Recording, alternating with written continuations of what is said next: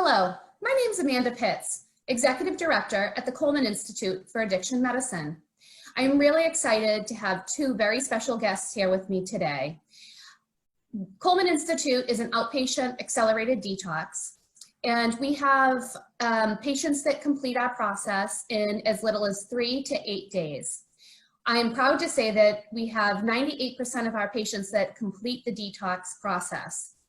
But we understand that detox is just the first part and that the recovery really happens after detox. So having pro-social recovery supports is really important for patients. And we find that patients that do have built-in pro-social recovery supports, that they tend to do better in their recovery. So without further ado, I want to welcome Nicole Pardo and Christine Pendergast. Hello, ladies. Hi. Hi. So Nicole Pardo is the co-owner of Holding Space, which is a yoga studio in Massachusetts. And Christine Pendergast is a woman in recovery. And today they're going to talk to you about the services and the practices that they use that can be helpful for people who are in recovery. So Nicole, I'm going to turn the floor over to you. All right. So I think that the most important part about yoga and meditation as a part of recovery and as a part of an everyday lifestyle is the idea that yoga means to yoke. So it means to bring together. So the idea is that you're taking the time to mindfully recognize that here up and here down are all one being. So it's good for us in either if you're in recovery or if you're not, it is good for you to know that what's happening up here is directly connected to what's happening down here and vice versa. So it helps us to realize that the things that we are doing with our body are directly affecting our minds, and the things that we're doing up here are directly affecting what our actions are down here. So Christine and I will both speak to this, but I think an important part of yoga and meditation is the idea that if you try one yoga class and you don't like it, that's okay. There's a lot of varieties of yoga classes, and the same thing with meditation. And that the idea of yoga and meditation as two separate things is a little bit of a misnomer. And that when we're doing yoga, when we're moving our body, when we're practicing things, that's the time when our brain gets a chance to shut off. And that's really all that meditation is those moments you get when your brain gets a chance to shut off and you get to just be in your own body and be who you are. And for some of us, when our brain shuts off, that might be when we're cooking, and that's meditation, and that's okay. And for some of us, it might be doing dishes, and for some of us, it might be running, and for some of us, it might be doing yoga. But it's any time when you're being active or inactive, whichever works for you, and you're getting a chance for your brain to take a breath, getting a chance for your brain to just have a moment. So I'm going to pass the floor off to Christine, who she did a meditation recovery group at our studio when studios were allowed to be open. And I've heard her powerfully speak to other people about what it means to her to include yoga and meditation as a part of her recovery process. It's obviously not yoga and meditation, to be clear, they're not a substitute for a recovery process. They're not the whole thing. You can't just do yoga and meditation and wrap it all up there, but it can be a good co-part of whatever your personal recovery process is. So I'm going to pass it off to Christine for her to do a little. Thank you, Nicole. Yes, so when you were talking about giving your mind a moment to shut off, that's exactly how I found yoga and meditation. I was 2 years sober. I did the steps, and I was going to meetings and doing everything to take care of myself, and the drinking and drug problems were taken care of, but I still was just like struggling a little bit. And in the work that I did, I learned that you have to keep growing on. It's not like a destination, you get sober and then you're done. And so for me, I just need to keep expanding, and I didn't know what that was. And I just went to a yoga class on a whim with a friend, and I, for the first moment, felt that clarity of, I was just doing poses that I didn't know what I was doing. I didn't know how to do them. I was just thinking about like, oh, where are we going to eat after this? Like, I'm so hungry. But then just from focusing on trying to do these things, when we stopped for a moment, it was quiet, and I hadn't felt that in a while. And, you know, my mind had gotten a lot better once I got sober, but there still was that constant like nagging once in a while. And the first time I experienced that peace was in a yoga class. And so I just kept going with it. And just like Nicole said, like, it's not, you know, every yoga class is different. It's just like meetings. Some meetings I go to and I'm just like, I gotta get out of here. Same thing with some yoga classes. And there's certain meditations that I just cannot do. I always thought meditation was you sit there and just say Om, which I do that now. It's fun. But there's so many different kinds. There's hand movements and different breathing you can focus on, and different ways of counting and holding, and things that keep my mind busy, so that way I'm not thinking about all the worries in the future and the past and anything like that. And it just gives me a chance to get that breath into my brain. And it's only from just trying different things, and what works for my friend doesn't work for me. And it's just about finding what works for you. And just like when you get sober and find this whole world of recovery, and there's all these different like branches and fingers, same thing with yoga. There's like all different paths. There's some wackadoos, there's some people that you really like love and you stay friends with them for a long time. And I can't believe that I stayed sober before I found yoga and meditation, because that's how much of a part of my life that it is today. But like you said, Nicole, it's not a replacement. Like, I could not stay sober on just meditating, just like I can't stay sober on just going to meetings, or, you know, it's a combination. So yeah. I think like drawing on that, I think like you were saying, like the breath work, getting that breath into the brain, that's a really powerful statement in terms of people understanding how yoga and meditation can work together to help you in your recovery, and to help you just try to keep your brain from running away with itself almost, right? Is this idea that like you can direct breath in there, and then you're giving your brain space. You're giving your brain some space to just be. Like, it sounds silly to say like take a brain breath, but that's a real thing. Take a brain breath. Like, sometimes there's so much happening here that you can't find any extra space. And that's what meditation and yoga are helpful for, is to give you a moment where you can find some space in your brain that isn't already occupied by 1,000 thoughts or 1,000 anxieties, or, you know, like you were saying, like past, future, like all of the extra stuff that gets all muddled in here. It's that idea that you can find some kind of practice that works for you, that gives your brain a breath. I love that saying, Christine. I'm going to use that all the time now. To that note, like, I don't know, I would love to share Bee Breath, which, this is kind of silly, but if you're watching this, you're at home and you're alone anyway, and it doesn't matter. And Amanda and Christine and I are all going to do it, and we're going to look silly, so you can look silly too. So Bee Breath is, I don't know about you, Christine, it's like my favorite anxiety breath. I like Bee Breath. Yeah. So it is definitely silly.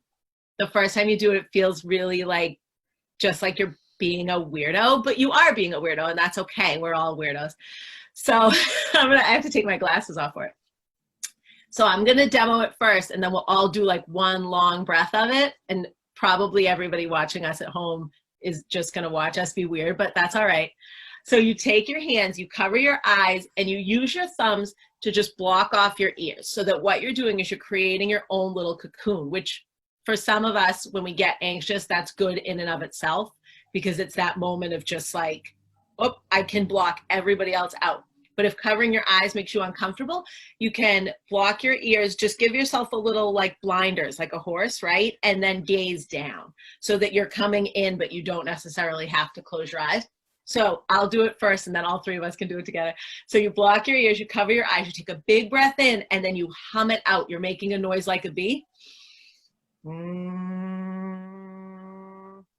But you drag it out. So you just keep going as long as you can, and then you stop. So ready, Amanda?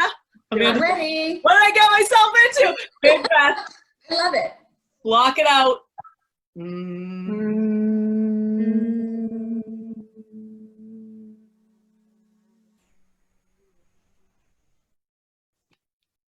So, definitely great with a lot of people too. yes. And I feel like that's such a good anxiety breath. And it's one of those things that you learn in yoga and meditation, but it's great because you get in your own space and it's almost like you can envision that that little hum, that buzz is breaking up the things in your brain that are bothering you, right? So you can picture it. And if you're a visual person, that's very helpful to picture it as though all these anxious thoughts or these just like it's almost like a traffic jam of thoughts, right? That's what gets in our brain and that's what gets us out of our body and out of our oneness. And so you can imagine that that vibration is breaking those thoughts up and it gives you space. Yeah, 100%. Like for me, for visualizations, like I have to picture something or count. Like I love the breaths where you like count in for 4, breathe out for 4, something, or like sometimes you do like in, out, like with your fingers, just something to keep my mind occupied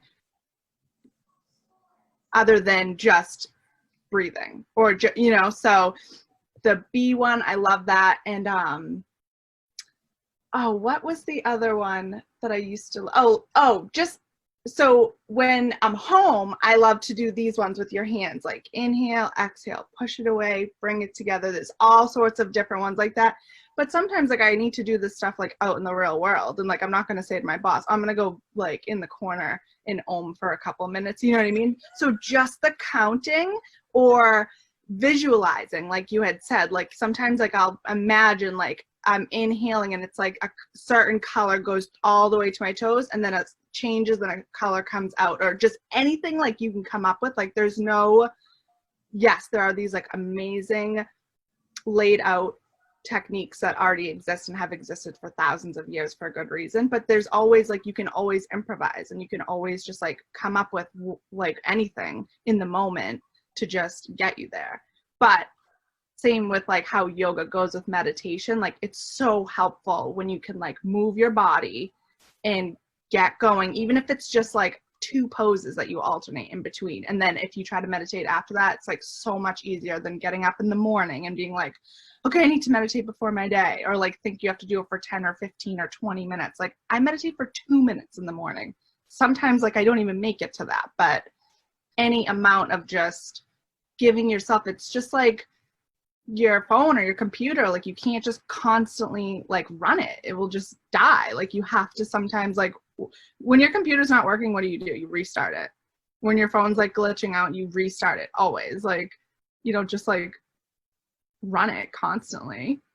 Same thing with like my mind. I feel like I need to like give it a chance, and I just feel like time it expands so much more. Like if I meditate in the morning, I might not feel great during it. I might kick and scream through it. I might not feel great after it. I might be like, why did I do that? I could have used that 2 extra minutes to sleep longer.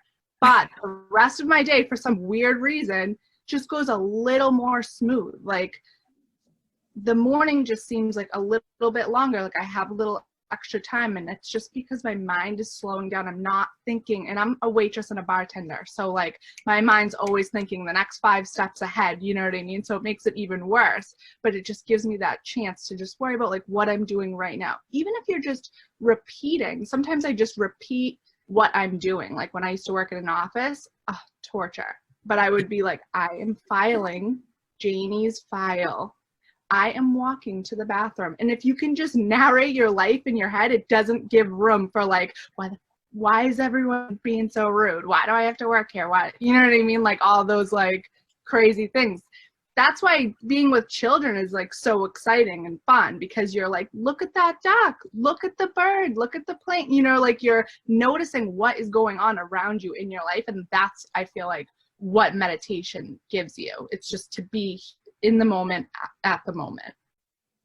And that's like recovery, I feel like. Yeah, I think that's such an important point, that idea that like, if you get it in your head that, oh, I have to meditate for 25 minutes a day, or it has to look like this specific way, that's really discouraging for people, when really people meditate like that to what? Take a picture for Instagram? That's nobody's real day-to-day meditation life. Right. It's not, unless you're living literally in a cave and that's your job. Right. You know, which there aren't many of those. And so the idea that there is no perfection with meditation, there is no right way, there is no amount that you have to be doing it. That idea that you can find meditation in those everyday moments and it brings you back into the present. You're exactly right, Christine. That's 100. That is what meditation is. And it's the same as like day by day, right?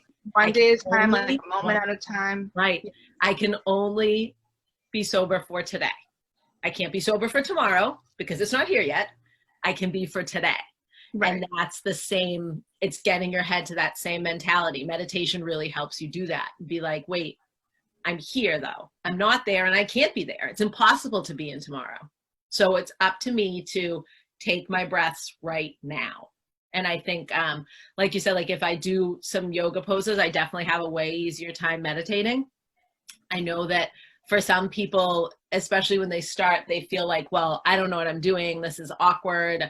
What is she asking me to do here? Where am I supposed to put my arm there? Where am I supposed to look? You know, people worry about that when they first start out, but nobody goes into a yoga class knowing what they're doing. Everybody is there for a first time at some point, right? And I feel like it's almost, when you first start, it's even better for clearing your head because you really can't think of anything except what this person's telling you to do because you have no idea what it is.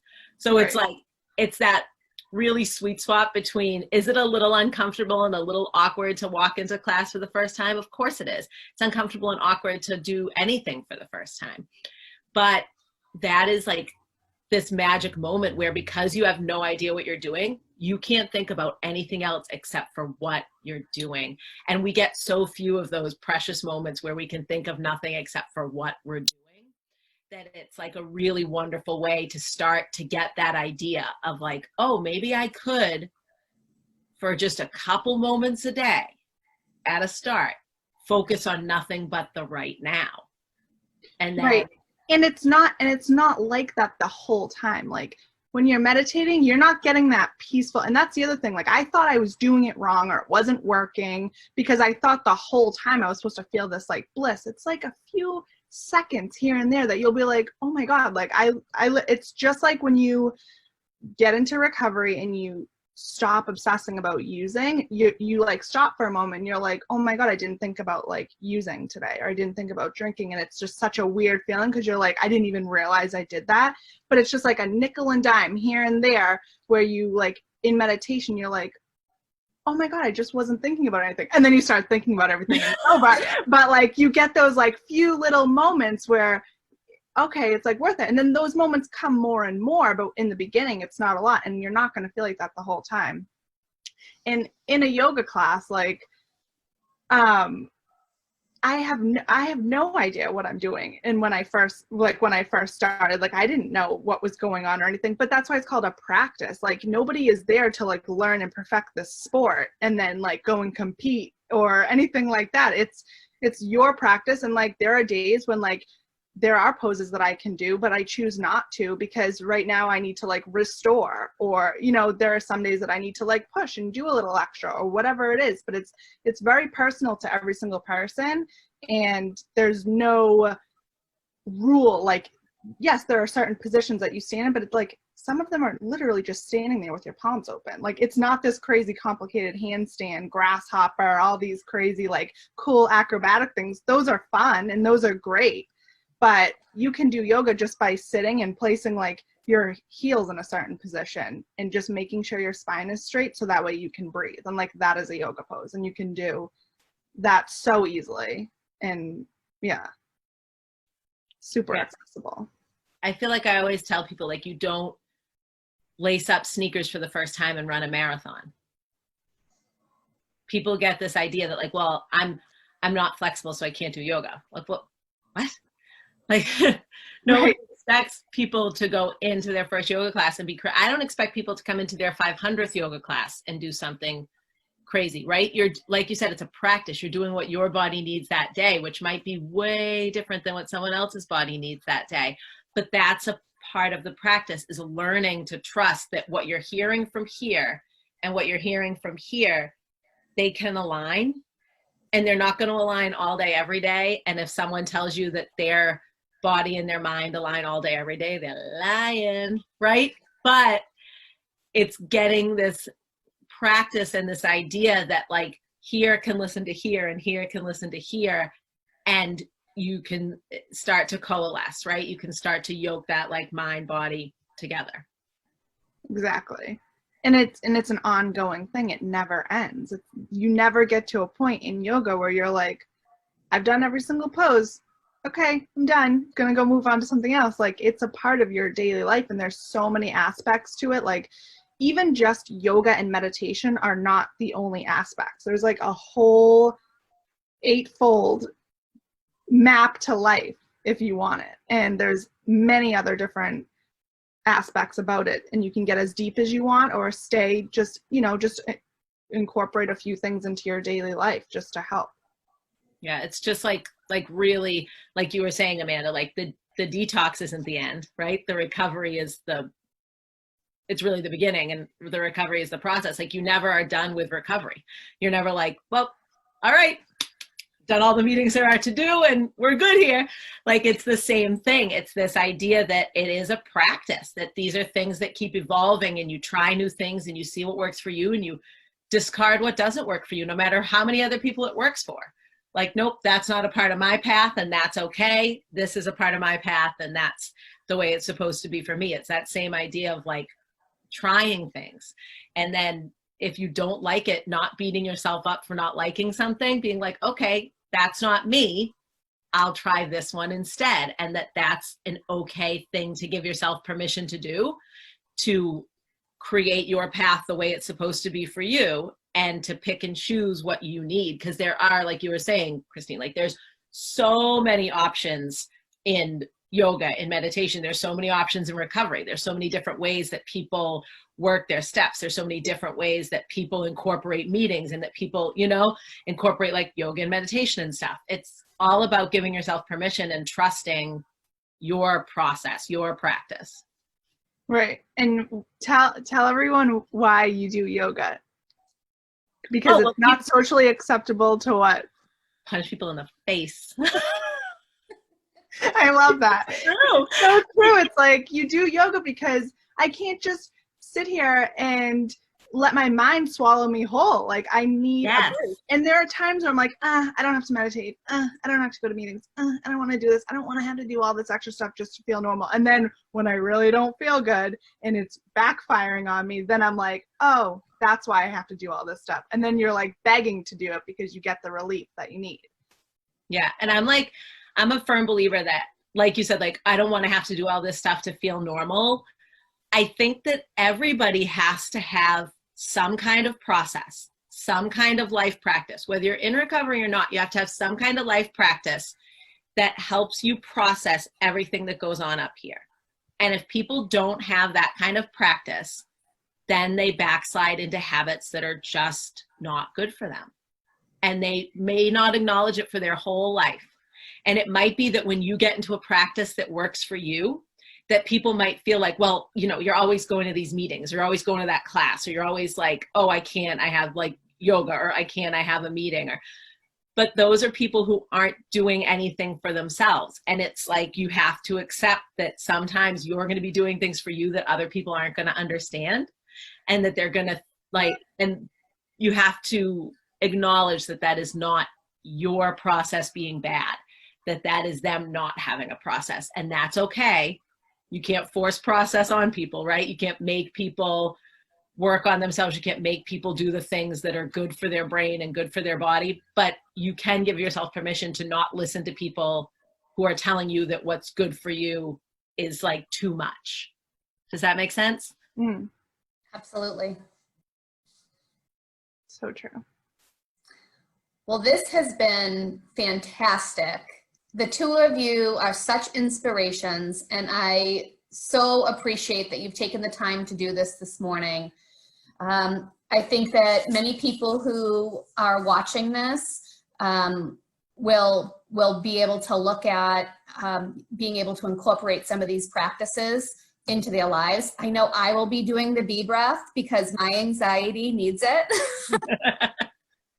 So I really appreciate that. I would like to be able to share with you Nicole's information. So I'm going to share my screen for holding space.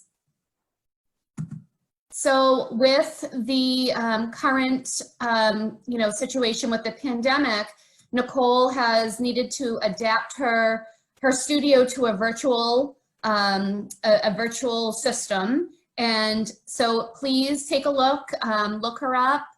You can do this via Zoom. It's definitely a practice that I would encourage people to participate or even just check out.